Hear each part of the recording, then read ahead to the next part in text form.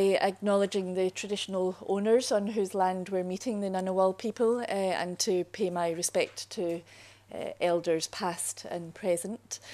I'm Sharon Friel. I'm the Director of the Regulatory Institutions Network here at the ANU and also the Director of the Menzies Centre for Health Policy.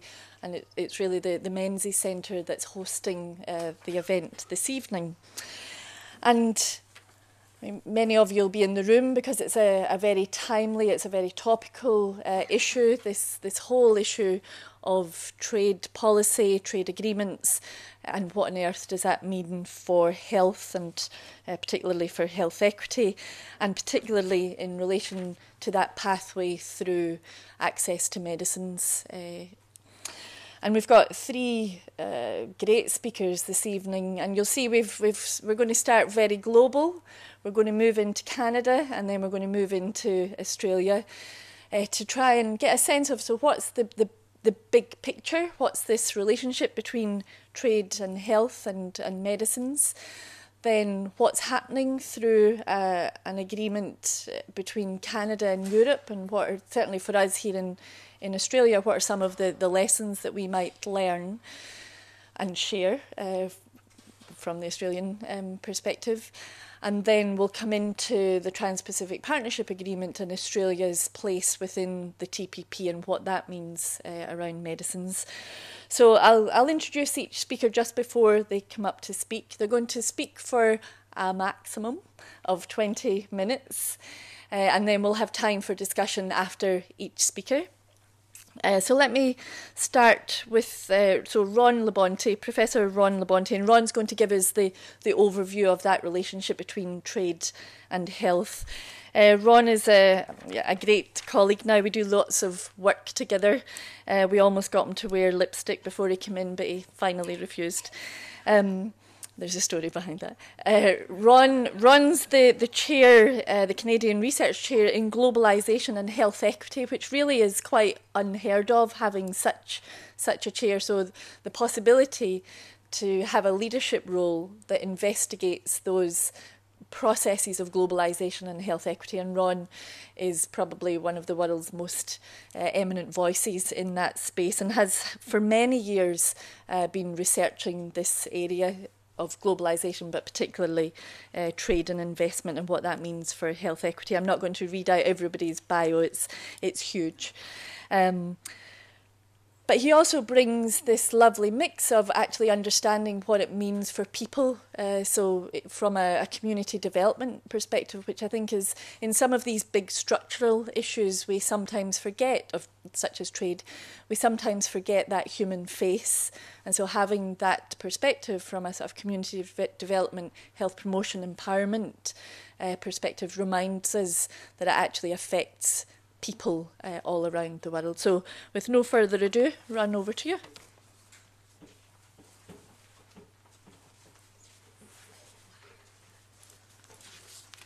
Okay.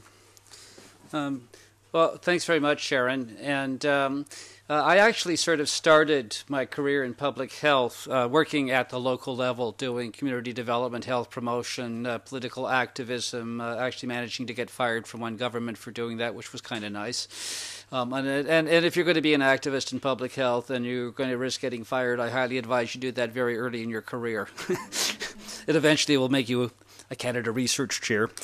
But during the 1990s, I was taking a lot of those ideas I developed about local community empowerment and public health activism and relationship of states to the social determinants, and I was taking it on the road doing a lot of international work.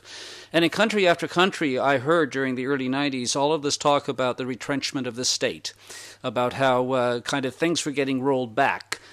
Stuff was getting much harder to do now, all kinds of continuous reorganization. I thought, if I'm hearing this in country after country after country, maybe I ought to be looking at something at a higher level that's actually sort of affecting what these countries are doing. And that's really how I got into looking at globalization. So my ultimate concern is still about how globalization shapes the policy capacities of governments to respond with democratic pressure from their citizenship to actually supply the resources that will eventually come down to the local levels where people can control more of the determinants of their own health at that scale. So if we look at trade and health equity, there's really two basic questions we need to ask about it, or that I'll try to ask about it, and that's kind of how the rules of global trade affect health equity, and then more specifically, how global trade and investment are impacting or affecting the public health regulatory policy space of governments. And it's very easy to be critical about trade, and I will be critical about many of the aspects of trade, but it's also important to remember that there was a peace dividend that came forward when the trade sort of multilateral institutions we have today were actually in formation. There was a lot of concern that in the run-up to World War I and the run-up to World War II, they were essentially economic struggles between countries in terms of the old Westphalian state and the old kind of trading system of finished commodities between countries. So part of the aftermath of World War II and the Bretton Woods kind of conference was saying, well, if countries get economically integrated through trade, they're less likely to go to war with each other. So it was really intended to try to promote peace between those countries that practically blasted themselves into oblivion. And there were a proposal for 3 different organizations at that time, 2 of which we still have, of course, the World Bank, the International Monetary Fund, and a proposal for the International Trade Organization.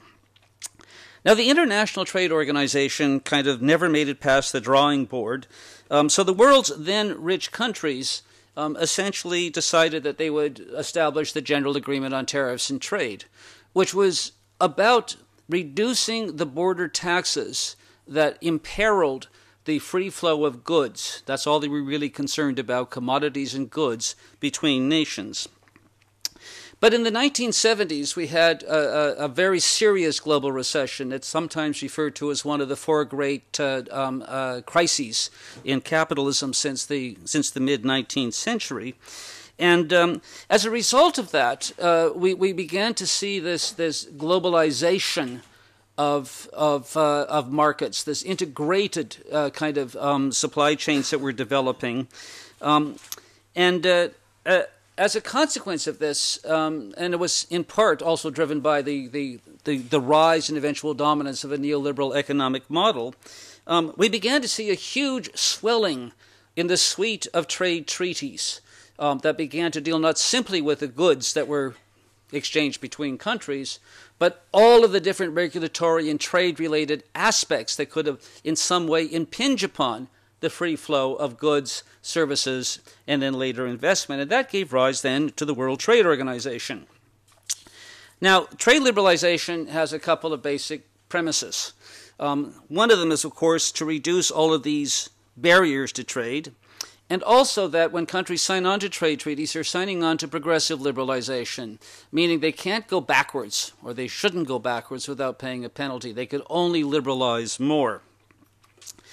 And there are 2 general types of barriers to trade. One of them, the very traditional tariff barriers, the border taxes that the General Agreement on Tariffs and Trade were trying to lower, and actually successfully lowered in many instances. But this whole new concept of non-tariff barriers, so that's the kind of policies that governments enact within their borders that may impede trade, and not trade simply in goods, but trade in services and also in capital flows. And what do trade and investment agreements cover?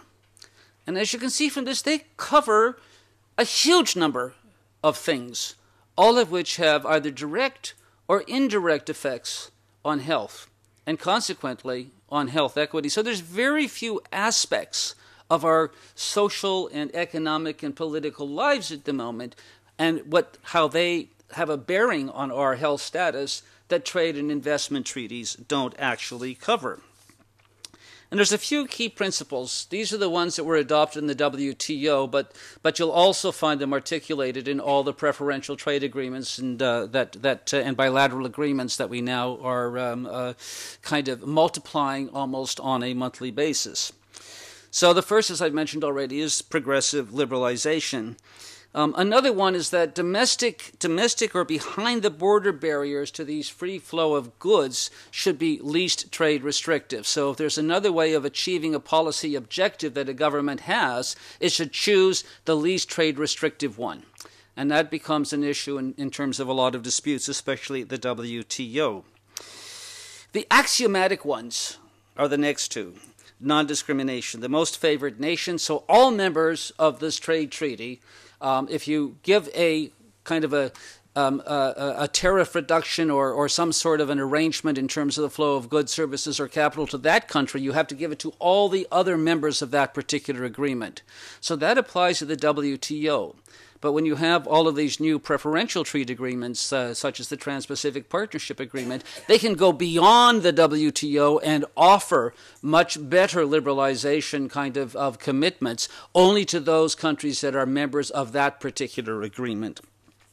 And national treatment, that like goods, services should all be treated the same as domestic ones. So if I have a set of policies or regulations regarding this particular product, any country that I've signed an agreement with under this, and they have the same kind of product, I cannot discriminate against that. I have to treat that as if it's a domestic product. So those are fairly kind of basic rules in terms of trade liberalization and trade treaties. There's also this provision for special and differential treatment, and that's supposed to allow low-income or low-middle-income countries to sort of a little bit of extra space to try to develop themselves before they become fully burdened with all the different kind of trade and investment rules.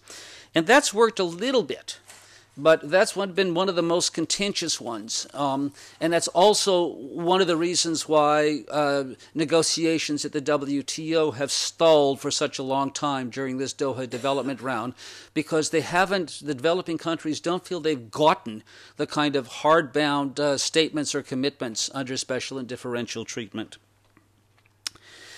Now, what you hear from your trade ministers, from your finance ministers, from whoever kind of your more traditional kind of non-heterodox economists, is that trade liberalization is inevitably presented as a win-win for all. And this goes back to this theory of comparative advantage. And I'm not saying that the theory of comparative advantage should be dismissed from the economic arboretum, but this theory was developed at a time when capital and labor were immobile, and the only thing that crossed borders were finished products. And it's important to recognize that one country's trade surplus is inevitably going to become another country's trade deficit, which is why when Keynes first proposed this idea of an international trade organization, he also proposed that they would be a fund that they would level off these balance of payment deficits so that you wouldn't have macroeconomic instability in the global system. It's true that on average, countries that liberalize grow more than countries that do not or that are closed. But all of that depends, and it depends on when they liberalize, what the status of their pre-existing endowments were, what their development level was, what is the kind of functioning capacity of their labor markets, whether they're able to protect some of their important sectors within their economy. So it's not simply a question that all forms of liberalization are going to benefit all countries. And indeed, a study a few years ago that looked at 4 different scenarios of a completion of a Doha development round, a so-called Doha development round supposedly to discriminate in favor of developing countries, is that in income terms, measuring just in terms of income, you have a whole cluster of low-income countries that are going to lose under every single scenario. And then you have a mix of countries that are going to gain. So Japan comes out looking quite well, the EU 15, the US, the kind of newly industrialized economies in Asia. So it really raises that question again about when we hear the argument that trade is inevitably a win-win, we really need to listen to and untangle that argument with large lumps of sodium chloride, those of you concerned about a high-salt diet and hypertension notwithstanding. And indeed, if you look at it, at the overall GDP level, was a conclusion that came from a couple of folks with the UNRISD that the global gains are minuscule relative to global GDP, and they almost always accrue to large and more developed countries. And in a moment, I'll talk a little bit about saying that that's pretty much going to be the same case with the TPP. Now, it's important to recognize that there are some potential health gains that are going to come from trade liberalization. So I don't think that my criticism should be taken as being anti-trade, and certainly not anti-WTO. There are problems, but there are also some potentials. So we see that, hey, you might be able to raise the living standards and improve health. You could have local investment spurring more employment. Certainly the case of remittances in terms of the extent to which trade agreements allow labor mobility. Although so far, at this point in time, labor mobility takes place outside of trade treaties. And then maybe the investor protection mechanisms will incentivize foreign direct investment and grow the economy and have trickle-down employment and health. But there are also very specific health-related losses. So kind of tariff reductions for low-income countries is associated with the loss of public revenue because they don't have other forms of taxation. You have a potential proliferation of unhealthy food products, less policy space behind the border constraints on governments in terms of enacting public health policy, and so on and so forth. So you have some positive gains, perhaps, some negative kind of losses. And I think at present it's fairly safe to say that most of the evidence suggests that the losses at this time probably outweigh the gains. And then you have the issue about how trade disputes are settled. Under the WTO system, it's state to state. So only countries can launch a dispute at the WTO. Now, sometimes they might be prodded to do that by certain corporations or investors within their own country. But I would also sort of say that the WTO dispute mechanism now, its settlement policy, has gotten much, much better at being able to take account of public health issues and the regulatory space around public health for national governments, provided that this regulation they put in place doesn't have to be least trade restrictive, but it really needs to be non-discriminatory. So, which is why Brazil lost the tire case against the European Union. The dispute panel agreed that all these huge amounts of retread tires from the European Union flooding into Brazil would cause an indirect health effect because of the water accumulating, the mosquitoes breeding, the dengue fever risks, and so on. But because regional trade treaties allowed a small amount of tires to come in from neighboring countries, they said, non-discrimination. You got to get rid of those tires. As soon as you get rid of those tires from your neighboring countries, you can do whatever you want with the European Union. But the really big one are these investor-state dispute settlements. They're not in the WTO. They're in most bilateral and regional agreements. And the investors can initiate a dispute when they feel that a state is in violation of a commitment it's made. And the growth in these investor-state disputes has been phenomenal. So UNCTAD has just traced that on I guess it's on your left-hand side. And if you look at how these investor-state disputes have resolved, 27% were resolved outside of a formal panel. And that basically means that the government caved in and probably gave in to the corporate sector. 42% went in favor of the state and 31% in terms of the investor. But these claims are getting more frequent. They're getting much larger, and they're getting disproportionately now in favor of the investor. One of the most outstanding cases recently is Ecuador versus Occidental, where Occidental violated a contract. It was a bit kind of dodgy in the sense that they allowed a third party to come in, which was a violation of the contract. Ecuador canceled the contract, seized the assets. Occidental sued and was awarded $1.77 billion. 9% of Ecuador's total budget, right? A quarter of its health budget. Now, it's still pending in terms of the payout, and there is a sort of a bit of an effort on the part of Ecuador to see about mitigating that in some way.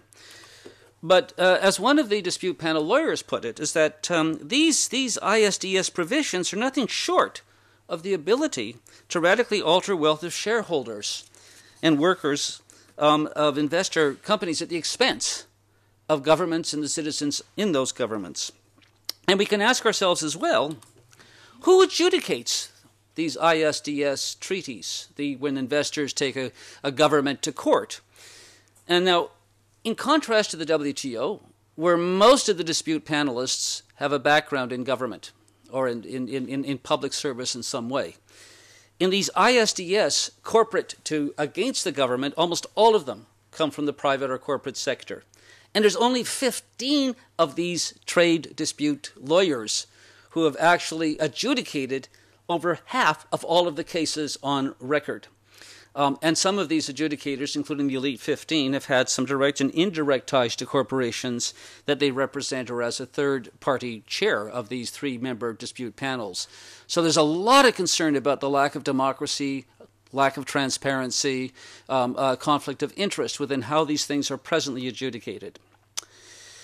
And the threat of this investor dispute can be enough to alter government behavior because the average cost of engaging in one of these disputes is $8 million. And so you get then this thing called regulatory freeze, where governments will water down to avoid a threat, or they'll delay implementation of a new regulation to see what's going to happen. They'll abandon it altogether.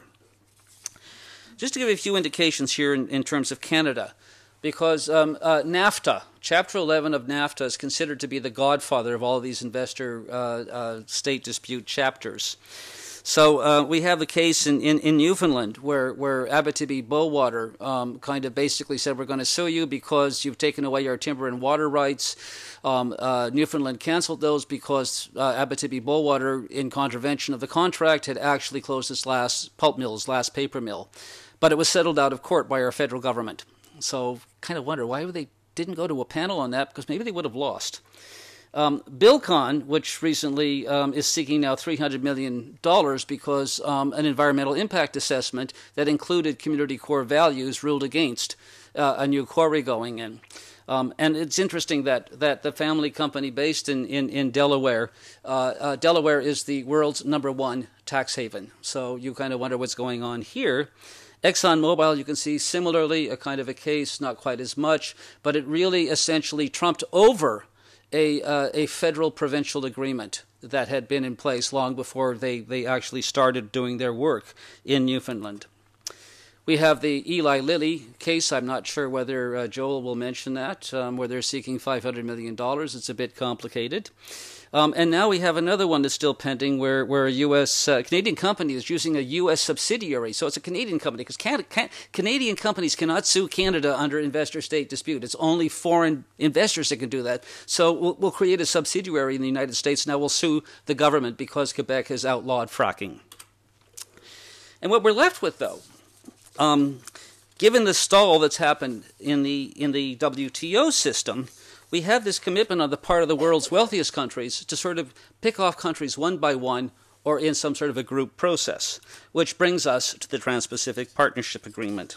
And much of whether this agreement is going to go forward will depend on whether Obama gets fast tracking in Congress in the U.S., a decision of which is pending probably towards the end of May. A brief overview. Okay, so we have 29 chapters, and most of them are behind the border. So they really get into what governments and public health regulation can do.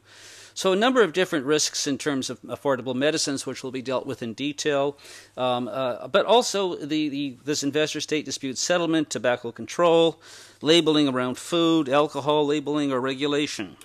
And some of which our group that's involved in examining the TPP have already published on and tried to do an assessment in relationship to NCDs.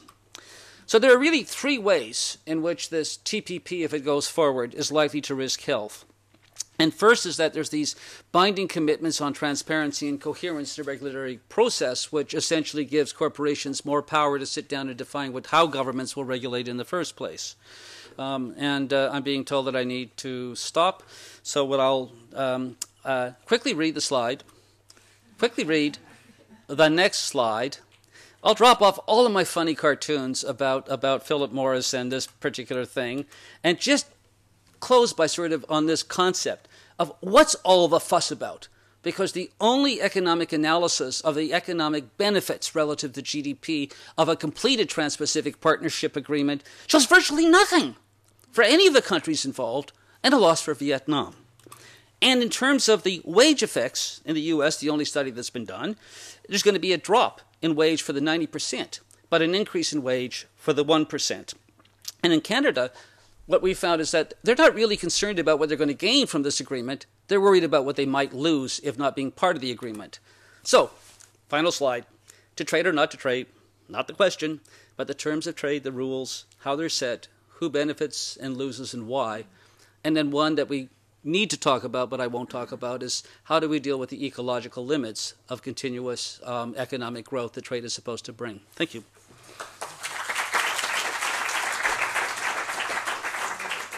So thanks, Ron. So we will get a chance to speak more about the TPP, don't worry. Thoughts, questions, we can take a couple of questions, comments, clarifications. So Matt and then the man in the front, and then we'll move on. Professor, what do you think about the new initiative by Bill Gates and Mike Bloomberg to set up an anti-trade tobacco litigation fund to try to help countries like Uruguay defend themselves against investor actions by big tobacco? Do you think that's a positive move? Oh, yeah, well, it's definitely a positive move if you consider that the British American Tobacco and Philip Morris International are funding the WTO disputes that are coming from the Ukraine and Dominican Republic. So, yeah, sure, it's a good move. It's a counter move. There is some concern in the public health community around trade, around the tobacco exceptionalism. And I've drifted back and forth in terms of, do we really kind of want to make tobacco the issue around we try to sort of either amend or improve these trade treaties, or do we want to look more broadly in terms of protecting the public health regulatory space at a larger level? I go back and forth because if you had a full carve out of tobacco in the TPP, what that could lay the potential for is using that as a basis for then arguing further on in terms of later carve outs around NCDs and food products and so forth, which is why it's being resisted so much by many of the governments. Here's an interesting challenge that you mentioned the retrenchment of the state. Mm-hmm. And it fits in with a concern that I have. Should we throw our hands in the air and say it's the end of democracy? Because so many of these agreements appear to be carried out under the guise of commercial incompetence. And when they are formulated and brought down, nobody has any idea, the general public has any idea what's going on. And it appears from what you've said and what the little bit that I've read about it, that the hands of the bureaucracy within a country are actually tied, so they subsequently can't enact any rules or regulations, particularly the one about cigarettes and tobacco and smoking and whatever, which is a concern, or about drugs or something of that nature. So where are we in relation to democracy? Should we just give up the idea? Should we give up the idea of democracy, given that these trade treaties are basically kind of, in many respects, how they're negotiated, quite anti-democratic? No, I think one of the next big pushes around kind of a progressive stance around trade treaties is how do we, because on the one hand, if you're negotiating, you're in the midst of negotiations, there's a certain amount that you can't and really ought not to reveal for general public scrutiny because you're it's like a card game, right? It's horse trading. On the other hand, there has to be some kind of level of disclosure about what the main components of the agreements are that's under negotiation for people to have a chance to express their concerns through the parliamentary process, through their elected politicians, through the either committees or other hearings, through the press, to be able to express their concerns as a way of potentially influencing what happens behind those closed doors. So that's the next big issue, is figuring out how do we increase the transparency without eliminating the what needs to be kept confidential around negotiations.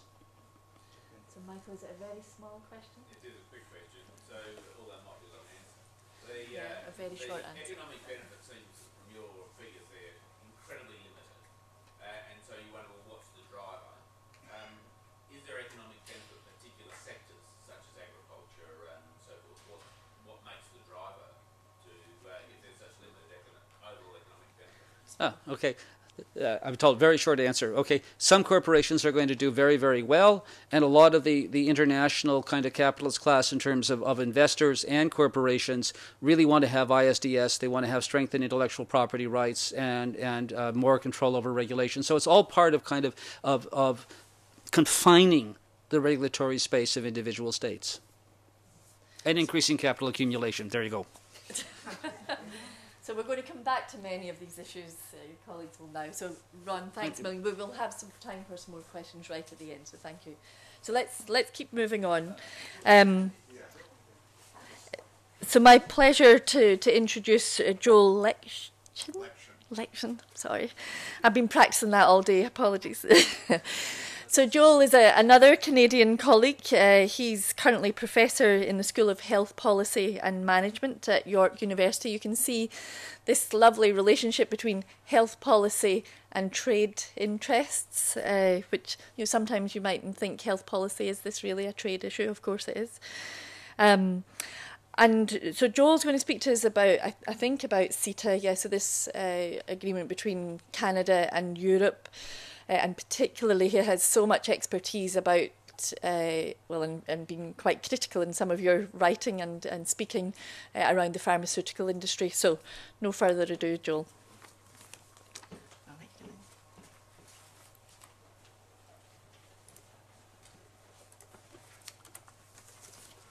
All right. So thanks to Sharon and Deborah for inviting me here. It's a pleasure to be here. Although it is getting warmer in Canada, and I will go back when it is warm enough. All right, so I'm going to talk about the comprehensive economic trade agreement that has been signed between Canada and the European Union, although not yet ratified. Ratification is supposed to come within the next year or two. So all of this is speculative based on the agreement being ratified, which at least from the Canadian point of view, looks pretty certain because the governing party is in favor of it and they have a majority in Parliament. The basis for this talk comes from an article which I co-wrote with a colleague of mine who teaches at Carleton University, also in Ottawa. So credit to Marc-André Gagnon.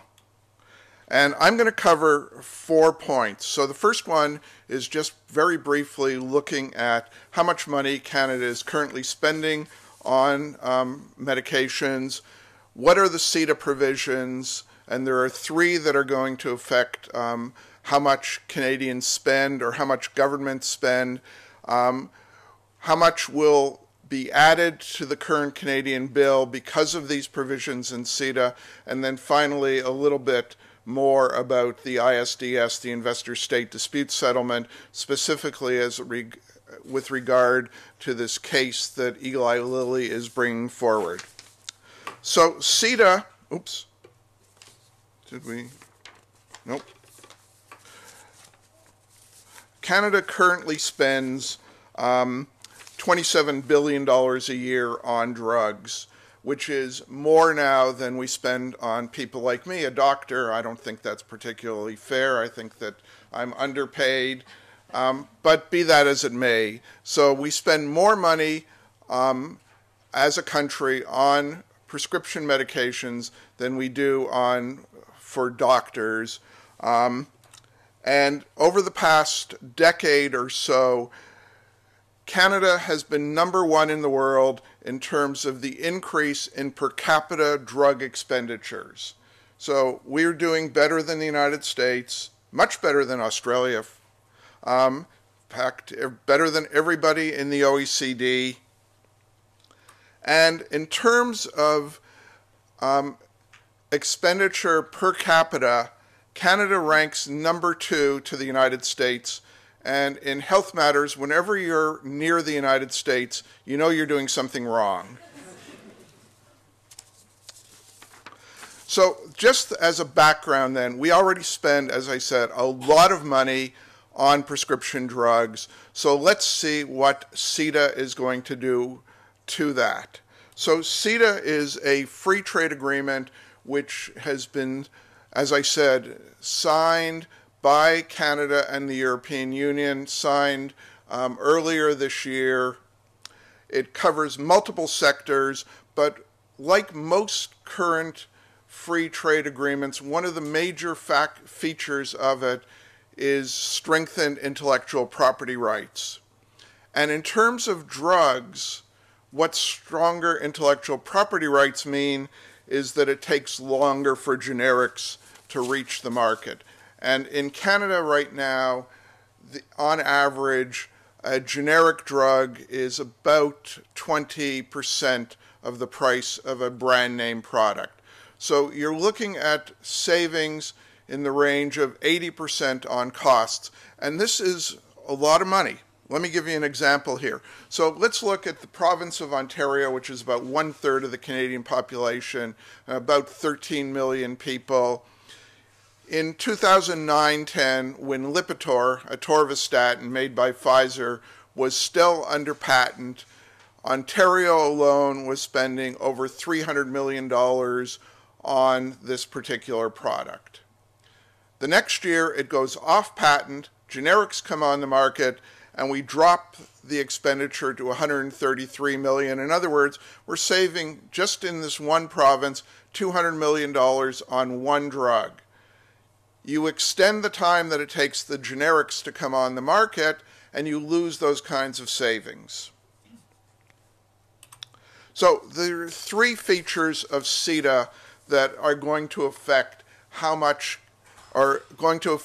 quickly generics can come on the market and how much money Canada will save from on drug spending. And those three are, one is patent term restoration. I'll talk about all these in a little bit of detail. The second is consolidation of data protection. And the final one is much more obscure, only really interesting to nerds in pharmaceutical policy, but it's something called Notice of Compliance Regulations. So first of all, patent term restoration. When Canada signed into the WTO, and especially when it's one of the components of the WTO is the TRIPS agreement, the trade-related aspects of intellectual property rights. And what TRIPS said was every country that signed, for every good that it produced, you had to give a 20-year patent period. No exceptions. 20 years from the date that you filed for the patent, that's how long the patent lasted. Now, under CETA, what's going to happen, and don't worry about the formula, but essentially there will be up to 2 extra years of patent protection for drugs once CETA is ratified. So that means that instead, on average, patents expire now after about 12 years because it takes about 8 years to go through the process of doing all the clinical studies and getting through the regulatory process. So instead of having 12 years of monopoly, brand name drugs will now have 14 years of monopoly. 2 years additional, 2 years when Canada doesn't get the savings from generic products. The next point is data protection. So when companies want to get a drug on the market, brand name companies, they do a whole series of tests to establish that the drug actually works and it's safe enough to be on the market. And this is the clinical data that they generate. Currently in Canada, this clinical data cannot be used by a generic company for 8 years, and if they do tests on children, they get an extra 6 months. So that's 8.5 years. Now, CETA is not going to extend this, although the Europeans wanted it to go to 10 years. But once it's in the agreement and the agreement is ratified, then that period of time is locked in. And as Ron was saying, there's progressive liberalization. You cannot go back. You cannot shorten the period of data exclusivity once it's established in this trade agreement. It's 8.5 years. It can be longer, but it can never be shorter. So you're losing some economic sovereignty as a result of this. Okay, finally, this business called the Notice of Compliance Regulations. So Notice of Compliance is simply a Canadian term for the right to market a drug. And in 1993, the federal government linked the right to market generic drugs with whether or not the patents had expired on the brand name. And if a generic company wants to put a drug on the market and a brand name company objects to that, then that goes to court. And that court proceeding can take up to 2 years. Right now, if the brand name company loses, they can't appeal. CETA will change that. CETA will let brand name companies appeal a decision if they lose it, which can mean, and the appeal process can mean that there will be an extra between half a year and 1.5 years of delay in getting generics onto the market. So in other words, more time for the monopoly prices. And interestingly, these linkage regulations are not used in Europe. They're only used in Canada, so this provision in CETA only applies to Canada. In fact, when Italy tried to set up linkage regulations back in 2012, they were told by the EU, you can't do that. But from the EU's perspective, it's fine to do that in Canada. So what does this mean in terms of drug spending in Canada? So this is speculative because we don't know whether or not CETA is going to be ratified, and in fact, the provisions of CETA, even if it is ratified, as far as drugs go, won't take place until about 2023. But based on what was going on in 2010, a couple of economists in Canada did some calculations, figured out that on average, the various provisions in CETA would add about 1 year on average, to the patent protection period for brand name drugs, and that will mean about an extra $800 million in spending in Canada on an annual basis, or about a little more than 6% of what we currently spend on brand name drugs. This is important because, first of all, Canada doesn't have a PBS. Different provinces in Canada, there are 10 provinces, 3 territories. Each province and territory has its own drug plan. Now, if the cost of the drug plans go up, the federal government has said they will indemnify the provincial government for those increases in costs. Where will the money come from? Taxpayers. So you're going to lose. It doesn't matter who's paying.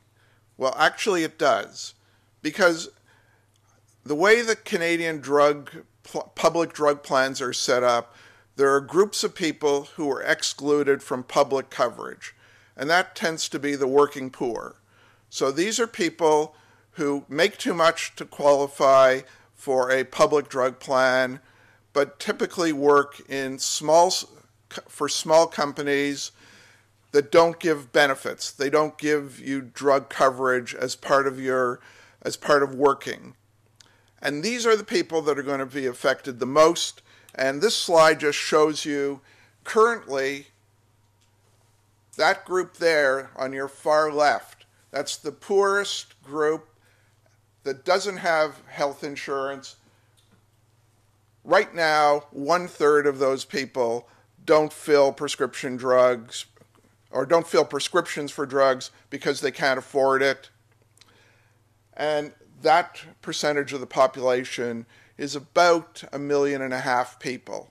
So those are the people that are going to suffer the worst. Okay, so ISDS. This is included in CETA. And as Ron was saying, this is the right of companies to sue the federal government. And the cases are typically heard by a panel of 3 people, private sector lawyers or the elite 15. And right now, we have this case ongoing where Eli Lilly is suing the Canadian government. Canada's patent law has what's known as a promise clause in it. So if you get a patent and you promise that whatever the invention is going to do certain things, and it turns out that it doesn't, you can have your patent stripped. And there were cases filed against 2 of Eli Lilly's drugs. So one of them is Strattera, which is used for treating attention deficit hyperactivity disorder, and the second is for Zyprexa, which is used for treating psychotic disorders.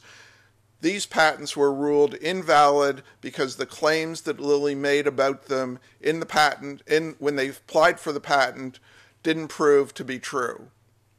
Eli Lilly tried to appeal, lost in lower courts, tried to appeal to the Canadian Supreme Court, and the Supreme Court said, we're not going to hear your case. Now that should have been the end of it, but it's not. Lilly is invoking Chapter 11 in the NAFTA agreement, the North American Free Trade Agreement this is an agreement between Canada, the United States, and Mexico. They're invoking this, and they're taking the Canadian government to a NAFTA tribunal and asking for $500 million in compensation. The chairman or the CEO of Lilly has said that the company has lost $1 billion and might have to leave Canada entirely, which is not likely to happen because drug companies don't leave where they're making money, and Eli Lilly is still doing just fine in Canada. The federal government has filed a counter defense claiming a whole bunch of things, 178 pages, and if anybody wants a reference and wants to spend an evening going to sleep reading it, that's fine, I can give you the reference. So, in conclusion, Canada already spends a lot of money by international standards on drugs. CETA is going to make it worse.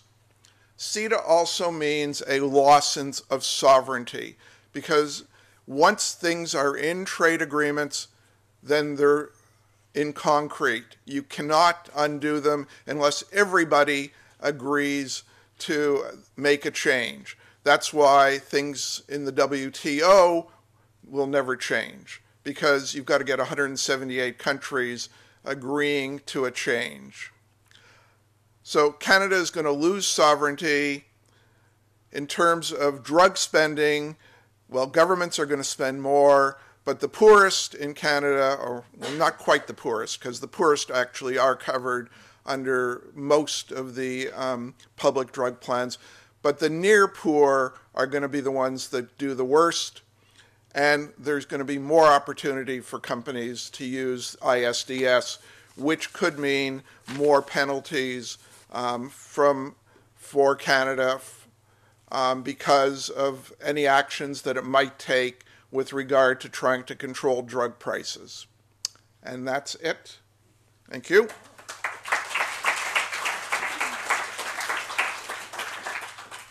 Gosh, Joel, you were under time. That was So, thoughts, questions? We've got plenty of time for discussion. Yes. Just wondering, what's in it for Canada with this one? Okay, so if you listen to the people who are in favor of it, the main thing that Canada is hoping to get out of this is better access for agricultural products to the European market. That seems to be the main benefit that Canada sees in this. What has been the view of the provincial governments? Do they really trust that the federal government will indemnify them for rising costs? I don't think the provincial governments here would trust the national government promises. Well, first of all, I mean, if the government changes, which some of us hope it will after the next election, who knows whether or not the new government will feel obligated to honor the promise. And secondly, it depends whether the provinces take different positions depending on what their political ideology is and whether or not they hope to, how much pharmaceutical company investment they currently have. So the ones that have a lot of investment, and primarily this is Quebec, are looking on this reasonably favorably because they see this kind of agreement as solidifying the investment in that province. Other provinces that don't have any pharmaceutical investment are not particularly happy with this. In relation to the drug situation in Canada, do you have our equivalent of a Therapeutic Goods Administration, or do you rely on the manufacturers or outside agencies, I mean other countries, to actually clarify the actual effectiveness of the drug? And where do you stand in relation to a change in the patent, particularly greenfielding, that occurs with drugs, so that they can rebirth it and they can give it a new lease of life? Okay, so Canada has the equivalent of the TGA. It's called Health Canada, and there's a series of branches within Health Canada that deal with different aspects of drugs. So there's one for drugs, there's one for natural health products, they deal with devices. So it functions more or less similarly to the TGA. Greenfielding, or what is also known as evergreening, is a process that happens quite frequently in Canada, whereby the patent is running out and the company does some measure to try and extend the patent, or comes out with a new version. So omeprazole for stomach ulcers, patent runs out, and you come out with esomeprazole. Does the same thing. Actually, it's half of omeprazole. Omeprazole is two different molecules. Esomeprazole is one of those two. But it gives you a new you get a new patent on this, and you can get doctors to switch from the original to the new one. Or you come out, the original is 3 times a day, and the new one is once a day. And this goes on all the time and is allowed in Canada, and it's allowed all over. I mean, Canada is not particularly special on that regard. So, Russell. This is effectively a transfer of responsibility for funding drugs from the public collective to the private individual. What's been the pushback against this, and what more needs to happen? Well, I mean, there has been a lot of pushback from this from various organizations in Canada. So Ron and I are associated with one organization called the Canadian Centre for Policy Alternatives, which has published a detailed analysis, not just of the pharmaceutical risks from CETA, but from all of the different provisions. There are other groups that have been working to try and do something about CETA. But like Australia, when you've got a parliamentary system and you've got one party has a majority, then if they want to go ahead with something, there's not much that you can do to stop that. So Matt, last question. Joe, I'm kind of fascinated that Canada fought really hard against Eli Lilly in terms of the investor-state dispute settlement matter that's ongoing. But in relation to the text of CETA and in relation to the text of the Trans-Pacific Partnership, they failed to exclude intellectual property rights from being the subject of disputation in relation to investor clauses. I was very puzzled by that. I wonder if you could help fathom the mystery of Canada's position in that dispute compared to its positioning in CETA and the TPP. Actually, that's a very good question, and I don't really know why the government has taken this view, except insofar as they don't want to pay out $500 million. That's the only thing I can think of, is the government is reluctant to be seen to be giving in to a large corporation this directly. But that's just speculation on my part. And I actually haven't seen anything or heard anything about why it's been so aggressive in defending itself. And again, I think that's going to come up in the end. So thank you very much, Bill. Thank you.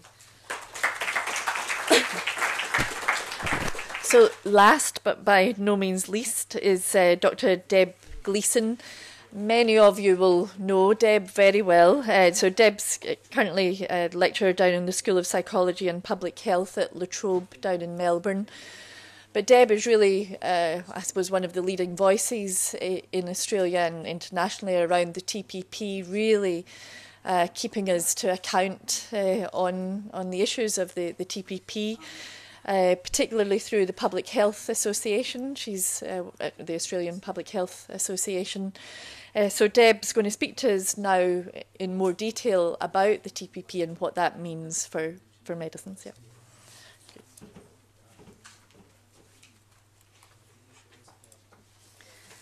Thank you very much, Sharon, and thank you everyone who's taken the time to come along tonight. It's always so encouraging when people take the time out to come and listen to such an arcane topic as trade agreements and health. And it's also very encouraging to me personally, because I have this ongoing war with my teenage daughter who says to me, "Mum, stop talking about your work. Nobody is interested in hearing about your work. So if you came here tonight to hear Ron or to hear Joel, please don't tell me." Okay. So before I go any further, I'd just like to acknowledge the Ngunnawal people and to pay my respects to the elders past and present. So I'm going to focus my talk on the Trans-Pacific Partnership Agreement and to particularly look at the effects that it could have on the affordability of medicines. And I'll focus mainly on Australia, but also talk a little bit about the developing countries involved in the agreement. And I'm going to focus on 3 pathways through which the TPP could affect medicine costs. One of them is through longer medicine monopolies, which is the issue that Joel was talking about with CETA. I'm also going to talk about constraints on pharmaceutical pricing and reimbursement programs like Australia's PBS, and I'll touch on the investor-state dispute settlement clause as well, which we've heard a bit about in the previous 2 presentations. And at the end, I'll just mention briefly another trade agreement called the Regional Comprehensive Economic Partnership Agreement. How many people in the room have heard of the Regional Comprehensive Economic Partnership? Very few people. So it's another agreement that even fewer people know about in Australia. We've been negotiating it for quite some time, and some of the same sorts of issues that are coming up in the TPP are potentially problems with this agreement as well. So you've seen this slide before, and I won't go through it again, except to say that one of the really interesting things about the TPP is both the geographic spread and also the differences between the different countries, and particularly the different levels of development amongst these countries. And I'll come back to that a little bit later. Also, just to mention that that the plan for the TPP is that more countries will join up in future. So it's already a very big agreement in terms of the percentage of the world's population, the percentage of GDP and so on, but it could become even bigger, and that's the plan. So the Trans-Pacific Partnership Agreement has been under negotiation for a very long time now, and certainly much longer than I ever thought the negotiations were going to go for. It's now getting very close to the final stages, but as Ron mentioned before, there's no guarantee that it's actually going to come off. That depends very much at the moment on what happens in the US Congress over the next few weeks, and also whether Japan and the US agree over agricultural market access issues and also over automobiles, which are proving to become two very big sticking points. And there's a lot of opposition at the moment to the TPP in the US Congress. Some very interesting things going on over there in the US. So the reason why public health people have been concerned about the Trans-Pacific Partnership Agreement has a lot to do with the fact that the agenda in many areas of the negotiations has been set by the United States. So generally it's the United States that drafts the textual proposals for the chapters, and then that becomes the starting point for negotiations with the other countries. And the United States has historically often sought sort of more extreme provisions than in other trade agreements. Another big issue, as I'm sure you're all aware, is that the agreement's being negotiated under conditions of confidentiality. But through a series of trade advisory committees in the United States, a lot of representatives of big corporations in the US and their industry associations have strong input into what goes into the TPP, and they have ongoing access to those negotiations in a way that public health people and the public in the negotiating countries don't have. So there are a number of different health issues that the public health community has been very concerned about, but what I'm going to focus on today is access to affordable medicines. Now, just recently there was a report of a health impact assessment done in Australia. So this is a project that had been going on for quite a long period of time, about 15 months, and we released a report in February. I think it actually came out on the 1st of March. So this involved a large number of Australian academics and health organisations led by the Public Health Association of Australia. Because of the confidentiality of the negotiations, we based that assessment on mainly leaked negotiating documents and other reports about what was happening in the negotiations. And we had to set up policy scenarios based on high priority policies, things like tobacco advertising, nutrition labelling, and things like that. And we found potential for negative impacts in each of the areas that we looked at in that health impact assessment. So that's available on the internet if you'd like to have a closer look at that. And it traces through from the TPP chapters and provisions that have been proposed to look at how they could actually affect policy, and then how those policy restrictions on policy could then affect health and health equity. So just a little bit of background about trade agreements and medicines, and there's, of course, this is a huge field, a huge body of literature, and I'm just going to skate right over the top of most of these issues, just to give you a little bit of background to what I'm going to be talking about in relation to the TPP. So the World Trade Organisation's TRIPS agreement set minimum standards for intellectual property back in 1995, and one of the main ones is the requirement for WTO countries to allow 20-year patents on new medicines. But TRIPS contains quite a lot of flexibilities and safeguards to ensure that countries can still provide affordable access to medicines for their populations. But since that time, as Ron mentioned in his presentation earlier, intellectual property rights have been sort of successively expanded in subsequent trade agreements, particularly those with the United States and also the EU. And over recent years, the US has also sought to place constraints on countries' pharmaceutical coverage programs, like the PBS in Australia. And the first time that was done was in the Australia-US Free Trade Agreement. And much more onerous provisions were introduced in the agreement between the US and South Korea. The initial proposals by the US for the TPP included a much more extreme set of provisions than we've seen before in previous trade agreements, and most importantly in a trade agreement with developing countries. So on this slide, you'll see some of the things that the US was proposing in its initial set of proposals that were leaked in 2011. So I won't worry too much about the detail of these provisions. I've written about these in many of my papers if you want to have a look at the detail. But there are a number of different mechanisms that the US was proposing that would extend and expand pharmaceutical monopolies.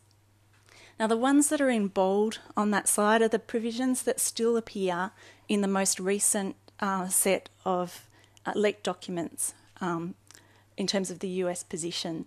So the United States is still pushing for patents on new uses and new methods of using existing drugs. So this facilitates the sort of evergreening that Joel was talking about earlier. Patent term extensions, so extensions beyond the 20-year term of patents. Extensions to data exclusivity or data protection. And most importantly for Australia, the US is proposing up to 12 years of data protection for biologic drugs, which is 7 years longer than we have in Australia at the moment. And I'll come back to this in a minute. Patent linkage also. So with the exception of the data protection provision, many of these provisions are already reflected in Australian law. But the problem for us is that if we accept them in the TPP, that gives us another layer of commitments in a trade agreement that then makes that those intellectual property protections very difficult to roll back in future. So we get ourselves into the same situation that Canada is getting itself into with CETA, where you lock in a level of intellectual property protection that gives a lot of rights to pharmaceutical companies that then is very difficult to reform in future. And a review of the patent system in Australia that was done in 2012, 2013, recommended that we actually roll back at the term of patents rather than thinking about extending them further. So just to put some of these things into plain English, what we're looking at here through these mechanisms is extending the duration of monopolies, making patents easier to obtain, and delaying the market entry of cheaper generics and biosimilars, which are follow-on drugs of biologic drugs. And these proposals really entrench and extend an intellectual property regime that has failed to deliver affordable medicines to much of the world's population. And that's also failed in many ways to deliver innovation, to deliver real new medicines. Because it very much fosters the sort of development of Me Too drugs rather than drugs that are actually really needed. And the outcomes of these sorts of proposals are higher costs for governments through schemes like the PBS, to taxpayers who of course fund those programs, and to consumers. And the people who will be most affected are vulnerable groups in our community and people in developing countries. There's a large body of literature, and much of it is covered in the Health Impact Assessment report that looks at disadvantaged groups and how when co-payments for medicines go up, people are much less likely to get prescriptions filled, to take the recommended number of doses of their prescriptions and so on. At the moment, I'm doing a study with Hazel Moyer and some other colleagues looking at the effect of the latest US proposals for the TPP on access to HIV drugs in Vietnam. So what we found is that Vietnam currently provides HIV treatment for 68% of the people who are eligible for HIV treatment under WHO guidelines. That's approximately 280,000 people who are eligible. But under the most recently leaked TPP proposal, this could shrink to 30%. And that's assuming that the Vietnam's budget for HIV treatment of $25.1 million remains constant. And actually the Global Fund is planning to reduce its contribution to Vietnam, so that amount is likely to shrink. So here we're talking about approximately 45,000 HIV patients who currently have access to HIV treatment no longer receiving it, and probably more if Vietnam's budget shrinks further. If we look at the impact of the provision that the US has proposed for data protection, of extending data protection for biologic drugs from the current 5-year period to 12 years, we're looking at very large sums of money that could potentially be saved on the pharmaceutical benefits scheme not being saved. I made a submission to the Department of Foreign Affairs and Trade in December looking at our expenditure on 10 expensive biologic drugs. So these are cancer medicines, medicines for conditions like rheumatoid arthritis, and they make up quite a large chunk of our expenditure on the PBS, $1.3 billion in the last financial year. In Australia, the price, the reimbursement price drops by 16% as soon as the first generic or biosimilar comes onto the market. And then it drops further as more competing products come on, and that pushes the price down further. So for these 10 expensive biologics that we looked at,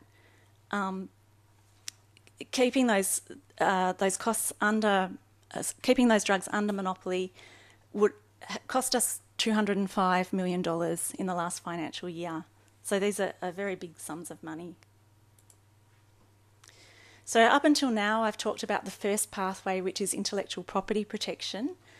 But as I mentioned earlier, the US is also seeking to change the way the pharmaceutical benefit scheme and similar schemes in other countries operate. There was a document leaked in 2011 that showed that the US was proposing wording that would preclude therapeutic reference pricing, which is a really important strategy for keeping prices down. They wanted to introduce an independent appeals process to challenge recommendations for medicines pricing and listing on the pharmaceutical benefit scheme. At the moment, the pharmaceutical companies have access to a very limited review process that can't actually remake a recommendation from the Pharmaceutical Benefits Advisory Committee. This appeals process would give them many more rights. There are also a whole set of obligations around disclosure, which is referred to quite euphemistically, I think, as transparency. And the US was also seeking to mandate direct-to-consumer advertising of medicines over the internet, which is currently prohibited in Australia. So as Australia and New Zealand, out of the current TPP countries, would be most at risk. But many elements of other countries could also be at risk depending on what ends up in this final part of the TPP. So the concerns here are around reduced government control over medicines policy, more avenues for industry influence, and higher costs. Now that initial proposal by the US was in 2011, and leaks of negotiating documents in 2013 showed that Australia had worked with the US and Japan on revising that annex, that part of the TPP. And there's some media commentary that suggests that that revised text might be more similar to the Australia-US Free Trade Agreement than the original US proposal. So it's likely to have been watered down. But that new text that Australia has participated in drafting hasn't been leaked, and we don't know what's in it. And there's still a lot of risks, even if it's very similar to what we already have in the Australia-US Free Trade Agreement. There are risks in terms of bringing those provisions into the TPP context. The TPP is a very big sprawling agreement, and even the negotiators don't know about everything that's in the chapters they're not specifically working on.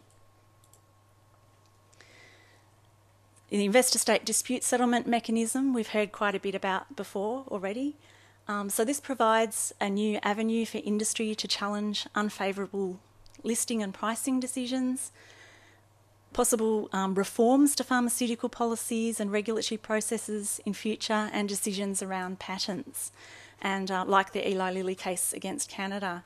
And intellectual property is included in the definition of investments according to the latest leaked draft of the investment chapter.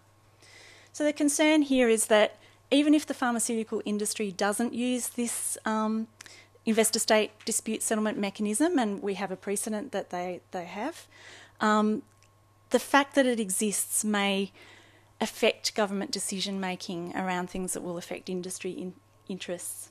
Now, Australia hasn't actually agreed to this investor-state dispute settlement clause in the TPP yet. There's a footnote in the text that exempts Australia, but it also indicates that the footnote will be deleted subject to certain conditions, and we don't know what those conditions are. I think we've covered all of this already.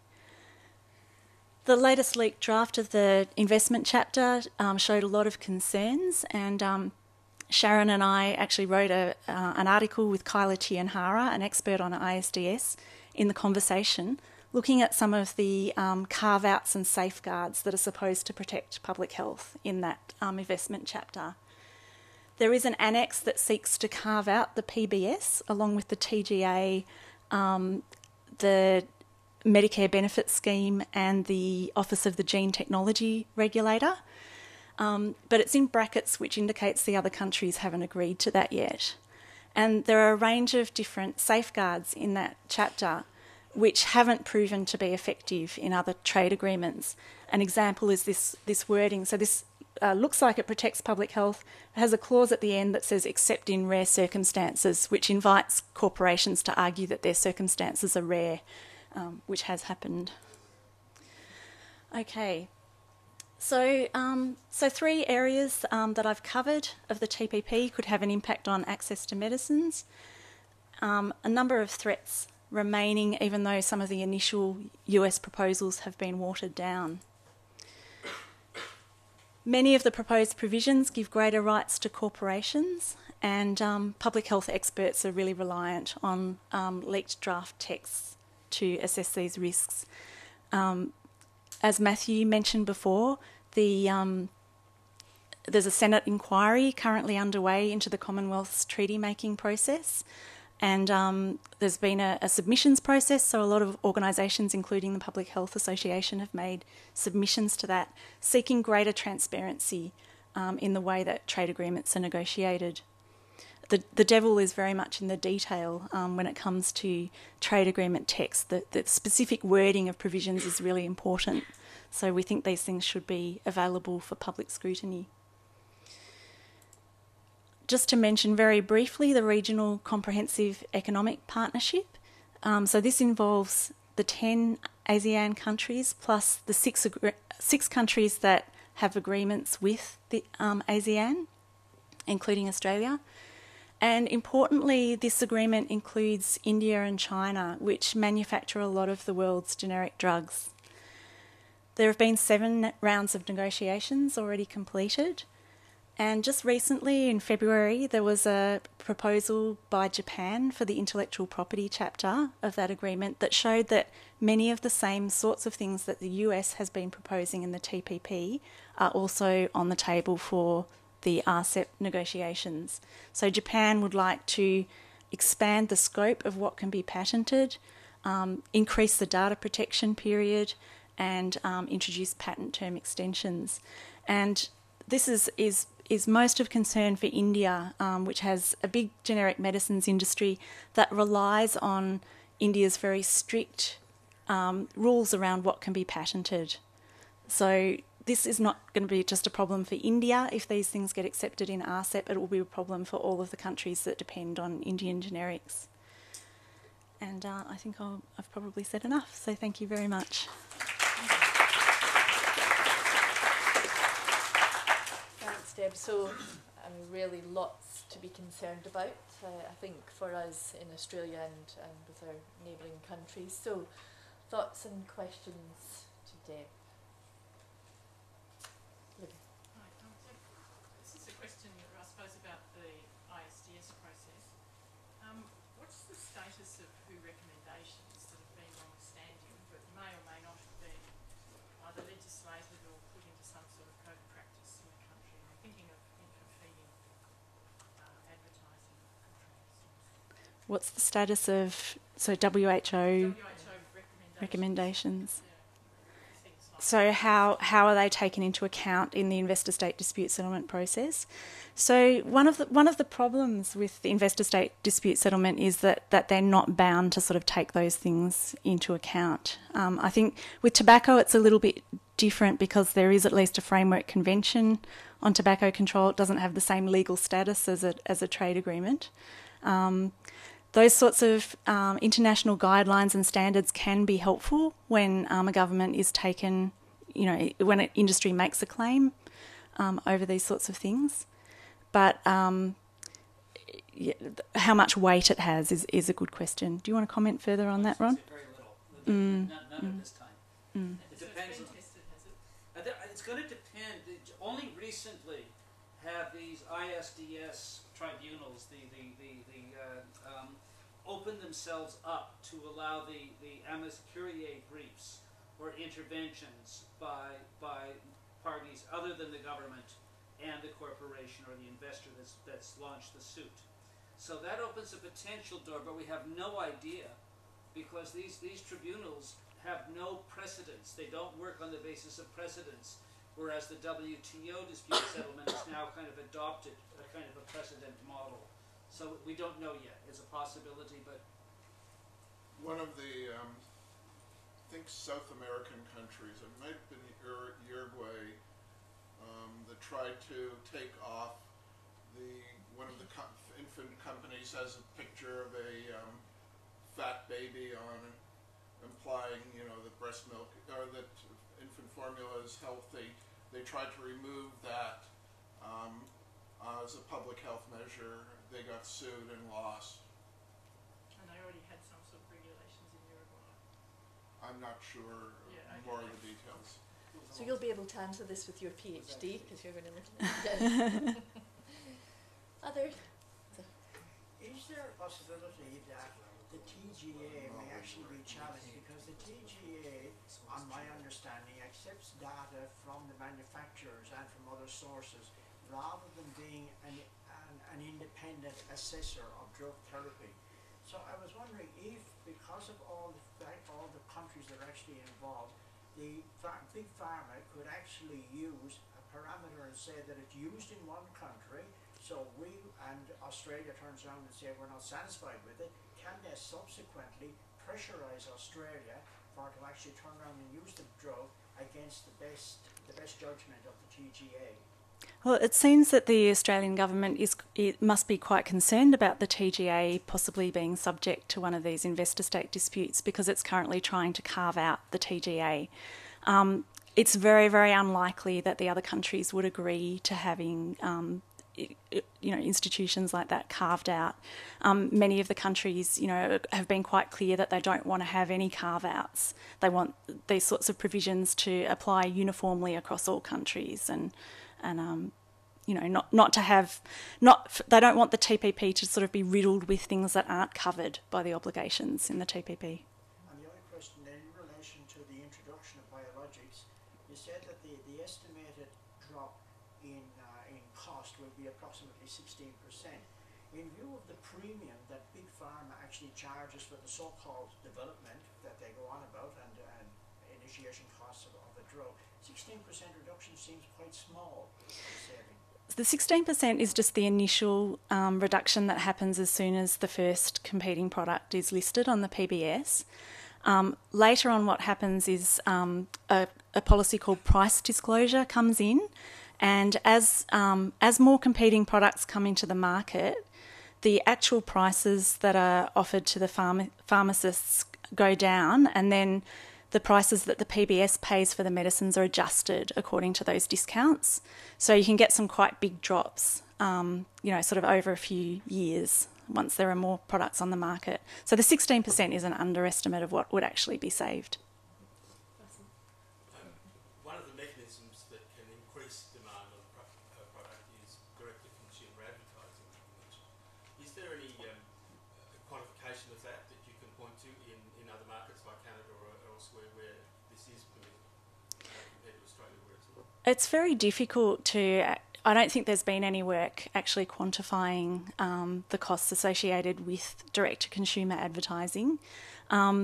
The two countries that have it are the United States and New Zealand, and I think the effects have been very different in those two countries because they have really different markets and they have really different regulatory regimes. So in New Zealand, which has Pharmac, which is quite similar in some ways to our PBS in Australia, drugs are really tightly regulated.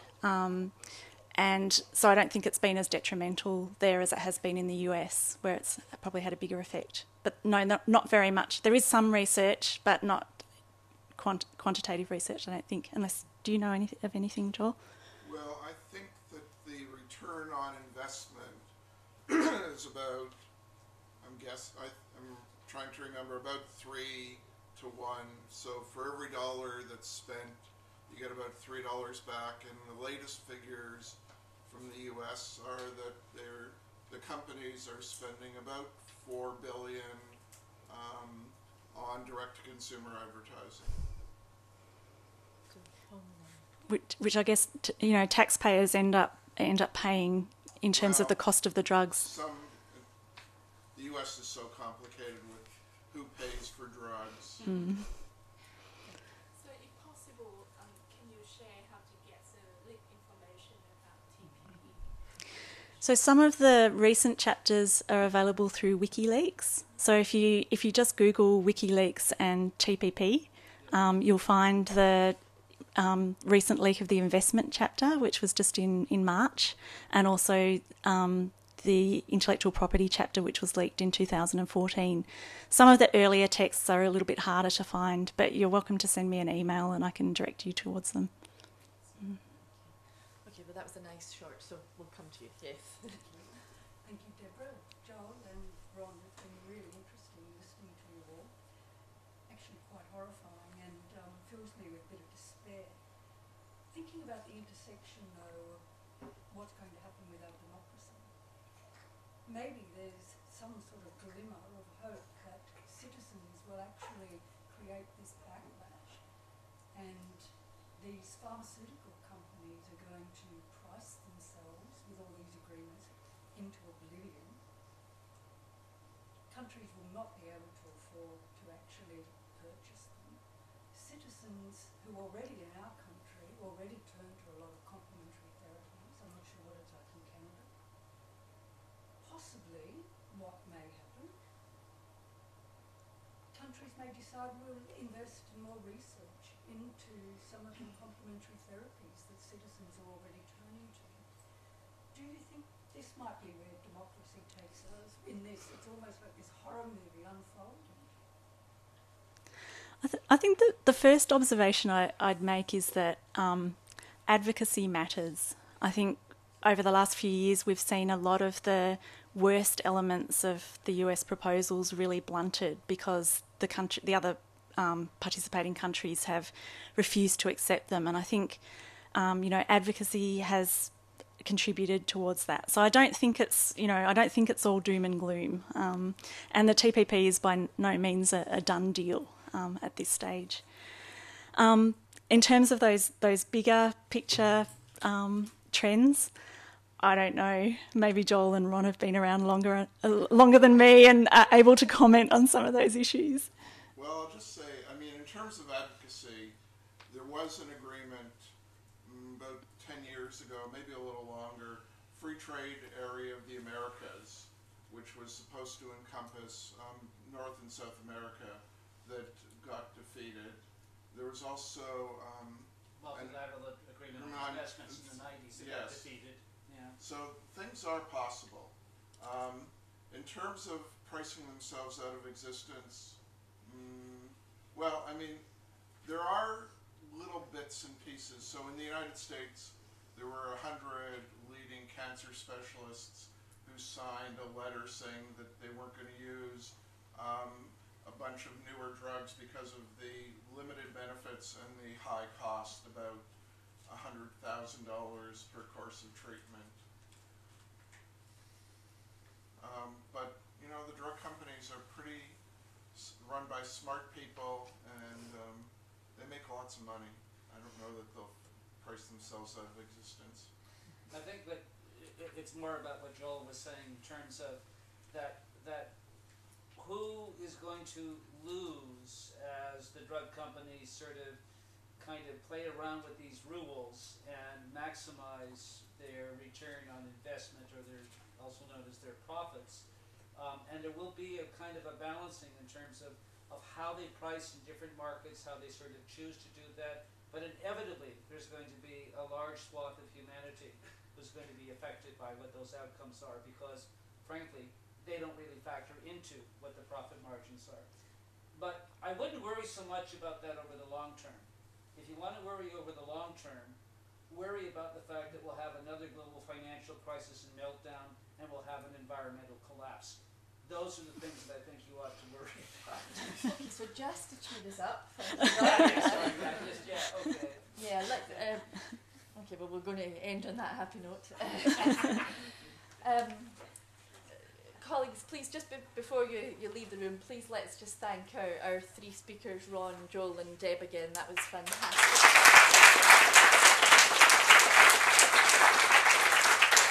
So if you are concerned about the issues that you've heard about this evening, we've heard, so in order to make change happen, we know that coalitions matter.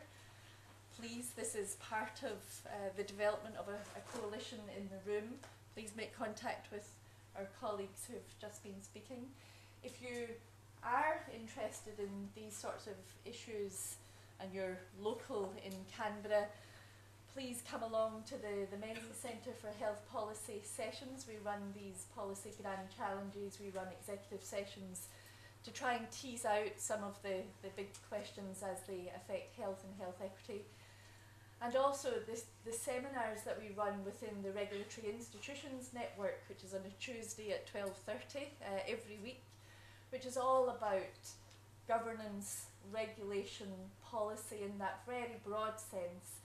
How do we make change happen? Not always specific to health, but across a whole range of issues, including the environment that Ron's been speaking about. So please, there are opportunities for keeping the engagement. Certainly I'm talking now, of course, at the local level here in Canberra, but we are starting to build a coalition within this room. Let's remain in touch.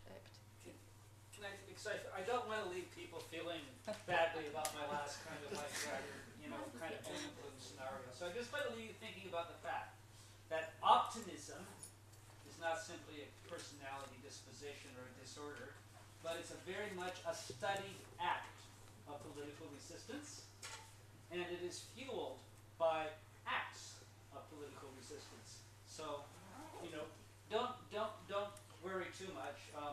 Just be happy and be activist.